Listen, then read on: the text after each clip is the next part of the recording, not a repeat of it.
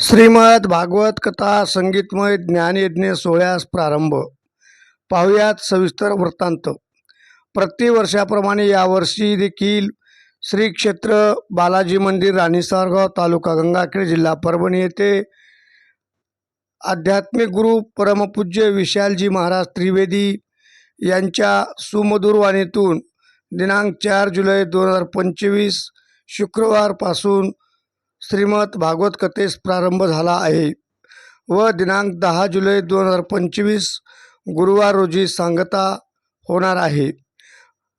सदरील कथा ही दररोज दुपारी 2 ते सायंकाळी 5 वाजेपर्यंत चालते. तर या वर्षीचे कथेचे श्रीमद भागवत कथेचे आयोजक श्री गोपाल प्रसाद मुरली प्रसाद दुबे आहेत. तर यजमान श्री सत्यनारायण प्रसाद मुरली प्रसाद दुबे आहेत. कथेचे व्यवस्थापन समस्त दुबे परिवार राणीसारगावकर पाहत आहेत. तरी पंचक्रोशीतील भाविक भक्तांनी जास्तीत जास्त या श्रीमद भागवत कथा ज्ञानयज्ञाचा श्रवणाचा लाभ घ्यावा अशी विनंती श्री गोपाल प्रसाद मुरली प्रसाद दुबे व समस्त दुबे परिवार राणीसारगावकर यांनी केली आहे. अशाच ताज्या घडामोडी जाणून घेण्याकरता आजच न्यूज 24 परभणी वार्ता चॅनलला लाईक करा व सबस्क्राईब करा. आपल्या परिसरातील, राज्यातील, जिल्ह्यातील व देशातील घटना घडामोडी जाणून घेण्याकरता आजच न्यूज 24 परभणी वार्ता चॅनलला लाईक करा व बेल आयकॉन दाबून शेअर करा.